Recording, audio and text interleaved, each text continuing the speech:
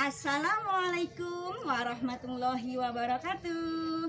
Pada hari ini kita berjumpa lagi dengan Teacher Mary, Teacher Yani, dan Teacher Eman. Alhamdulillahirobbilalamin. Teacher berharap kalian semua dalam keadaan sehat selalu ya. Untuk materi hari ini adalah kita akan mendengarkan tentang kisah inspiratif. Untuk selanjutnya, siapakah namanya Teacher Yani? Namanya adalah Uwais Al-Qarni. Untuk lebih jelasnya, marilah kita dengarkan kisah tersebut bersama Teacher Eman. Silahkan Teacher Eman. Assalamualaikum warahmatullahi wabarakatuh. Alhamdulillahi rabbil alamin. Wassalatu wassalamu ala asyrafil mursalin wa ala alihi wa sahbihi ajmain. Apa kabar anak sekalian? Tadi sudah dipandu oleh host kita, Teacher Mary dan Teacher Yani. Pagi ini kita akan mengisahkan sebuah kisah inspiratif seorang pemuda yang taat dan patuh kepada kedua orang tuanya. Dalam hal ini adalah seorang ibu. Anak sekalian, Uwais Al-Qarni adalah seorang pemuda yang hidup pada zaman Nabi, akan tetapi beliau tidak bertemu dengan Nabi. Masa ini disebut dengan masa tabi'in. Anakku sekalian, Uwais Al-Qarni adalah seorang pemuda yang taat dan patuh kepada ibundanya. Setiap harinya dia bekerja untuk membantu, menyenangkan ibunya tercinta. Suatu ketika ibunya memanggilnya, "Wahai anakku Uwais Al-Qarni, engkau sudah mencukupi kebutuhan ibu, nak.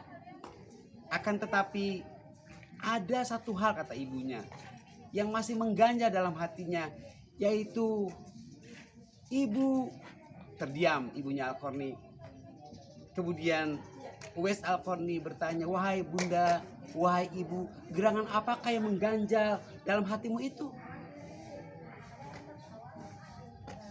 Mengambil napas sebentar, ibunya berkata, "Wahai anakku, ibumu ini ingin sekali menunaikan ibadah haji ke tanah suci Mekah." Mendengar kata ibunya tersebut, Uwais Al-Qarni terdiam. Bukan berarti menolak. Diamnya itu dia berpikir bagaimana caranya untuk menyampaikan niat baik ibundanya tersebut. Akhirnya Uwais Al-Qarni dengan siap dia menyanggupi permintaan ibunya. "Baiklah bunda, baiklah ibu, saya siap melaksanakannya." Besok harinya Uwais Al-Qarni pergi ke pasar membeli seekor domba. Dia beli, kemudian setiap harinya domba tersebut dia pangku, dia angkat menaiki bukit setiap hari. Diangkat jalan terus bolak-balik. Bahkan orang-orang sekitar di kampungnya tersebut mencibir Uwais Al-Qarni, "Ini orang kenapa membeli seekor binatang kemudian gendong-gendong?" Dia gendong hari demi hari, minggu demi minggu, bulan demi bulan.